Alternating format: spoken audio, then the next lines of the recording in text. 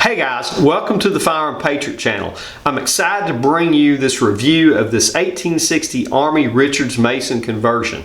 It's a Uberti replica. It comes to me from Taylor's & Company out of Winchester, Virginia. They're a distributor and retailer of Western guns, and they have a huge selection. I'm going to put a link to their website in the description of this video, so check them out. I think you're going to be impressed with what they sell. Also, I want to give a big shout out to Black Hills Ammunition as well for sending me 100 rounds of 38 Special to put through this gun. They make a large variety of Western caliber ammunition, very high quality, had no issues with it whatsoever. So go ahead, check their link in the description of the video out as well. Now I'm going to talk a little bit about the history of this gun today, and most of my information is going to come from a book called Colt Single Action, Patterson to the Peacemaker. It's from the author Dennis Adler. I'll go ahead and show it to you. Pretty good book. If you're wanting to get into Colt single actions, you don't know a lot about them, this is a great book. It's illustrated very well. It has some very beautiful examples of the different variations of Colt single actions that were put out through the history of the company. I'm going to put a link to the Amazon website where you could go ahead and purchase this thing at. It's like 38 bucks, somewhere around that neighborhood. Very worthwhile purchase in my opinion. So let's go ahead, take a closer look at this 1860 Army Richards Mason conversion. Okay guys, we're taking a little bit closer look at this Uberti replica from Taylor's & Company. A beautiful gun. Love these beautiful walnut grips. You've got a case hardened frame, breech plate, as well as a hammer. Now this particular gun's in 38 Special, but they come in a lot of different calibers to include 45 long coat. So if you want to use it, for example, in Cowboy Fast Draw, you can do that. It is on the approved list. Also, you could use the gun in SSAS. It's set up again for the 38 Special, which I think is an ideal cartridge for this gun. Very soft shooting firearm. We'll go ahead and roll some footage of me shooting this thing two-handed and also single-handed, just to show you how easy it is to shoot.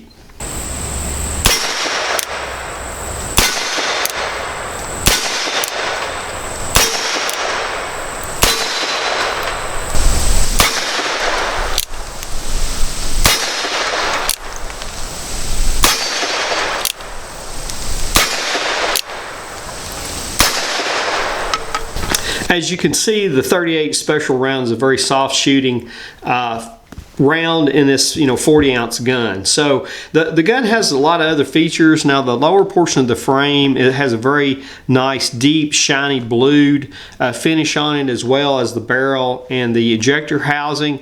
Just very gorgeous. The cylinder does as well. Now something that you may or may not be able to pick up on the camera is that there is a sailboat scene that goes around the cylinder, which is very, very nice touch.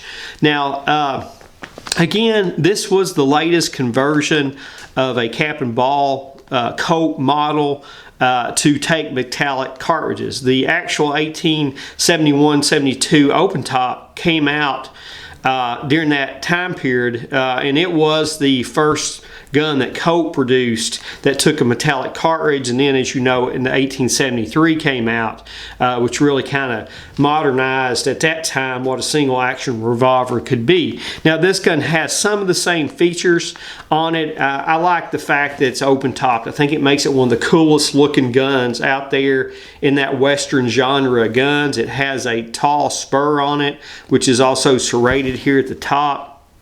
And again, that's case hardened as well. The triggers on these guns are excellent. You're looking at a 2-pound trigger. I'm going to go ahead and cock this back and just fire it just so you can see it. We're not going to do it once. You do have a firing pin in the hammer. This gun is unloaded. There's nothing in it. We're going to go ahead and just give you an idea of how good of a trigger that is. And it's kind of like a rifle's trigger right now. Really made good triggers back in the day. This gun's very easy to shoot up close. And it's easy enough to shoot the target far away as well. I'm going to put in some film here in just a second to kind of show you how good this gun actually shoots. It can be a little challenging on the sight picture just because of the way this gun is designed. Now, The metallic cartridge came out in the 1840s in Europe, and the actual patent for a self-contained primer in the cartridge came out in 1843. So that's when it really took off. There were guns in Europe shooting metallic cartridges before the Civil War ever began. But in this particular case, there was a gentleman by the name of Roland White who had the patent on the cylinder that would take a metallic cartridge and allow that thing to be fired. That would come from, you know, the rear, because before you kind of load your cap and ball from the front. So he sold that patent to Smith & Wesson. Colt didn't have any interest in it, which was a big mistake for them. But that patent didn't run out until 1869, and Colt or Remington didn't really want to challenge Smith & Wesson on that. So that's why you see these conversions coming in the 1870s and not before then, even though Colt had a large number of these cap and ball guns left over. Now, they also converted the Navy, and on the Navy it was a 36 caliber instead of a 44 caliber, and you would see octangular barrels, and also usually the lowers would be brass. So they're very distinct. And then they also converted the later, I think the 1861 Navy as well, and it was also, I think, a 36 caliber firearm. But this has a very unique sighting system on it. I just want to show it to you. Now, in the first Richards type, you had a complete breech plate that came around. It had a self-contained rebounding firing pin in it, and on top of that you had a U-notch sight post on the top, so you could look down that and sight in on this front post. Now you can see too that the front post is very small, very thin, much smaller than what you would see on the older 1873 models. Now the first model was pretty thin too, but the older ones got thicker as you went. So it can be difficult to sight in at long distances, but here's how they did it. They simply cut out a notch right there in the top of the hammer, and you sight that right down to the front sight post, line it up, and that's your sight picture. Now, I was a little skeptical of that at first, but it does work, and it works pretty well. So that's you know, pretty amazing with the decent sights on it. Certainly at close range it's very accurate, and it's accurate too, pretty accurate at 25-30 yards. So we're going to roll some footage right now of me shooting this thing at close range and also a little further out. So let's go ahead and roll that footage.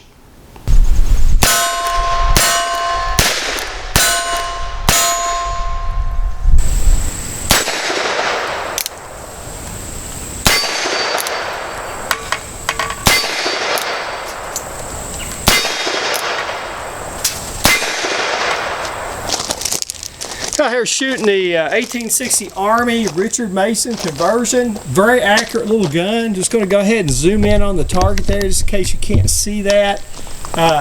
Did hit the paddle once there, but it kind of went behind the target. Kind of see the other shots though on the black toward the head. There you go. Very accurate gun. Very good trigger. Just a very impressive firearm as far as its ability to hit the target. So we're going to take it on out there and shoot it out about 25 yards. We've got an Evil Roy target out there, so let's go ahead and do that now. Okay guys, we've got Evil Roy out there probably 30 yards.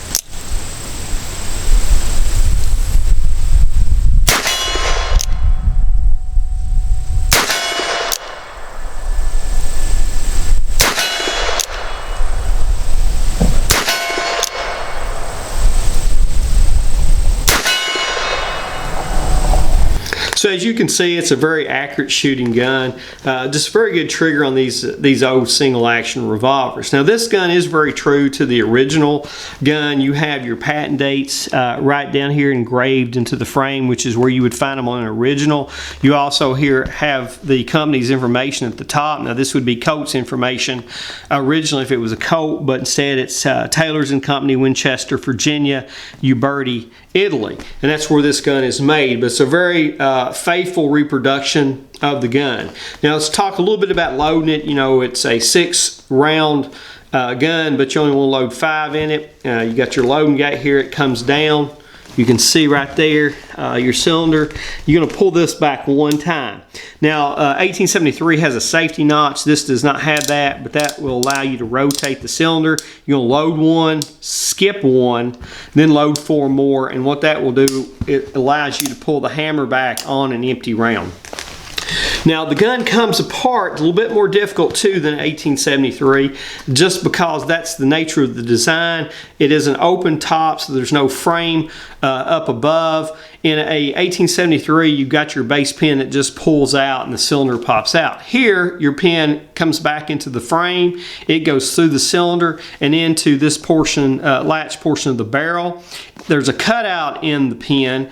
This wedge goes through that. It's screwed on tight so it doesn't come out. This is a crescent screw. You want to turn that where it's flat with the wedge. The wedge will come out. Then you can simply just pull the gun off, then remove your cylinder off of the base pin and clean it and do whatever maintenance you need. It's a little difficult to do, so I'm not going to do it today. We're running a little bit short on time, but that's how it works. So again, Taylor's & Company, I appreciate them allowing me to take a look at this gun. Beautiful gun, and I hope you enjoyed the video. Please like, share, and subscribe. And with that being said, this is the Firearm Patriot. Till next time, God bless America.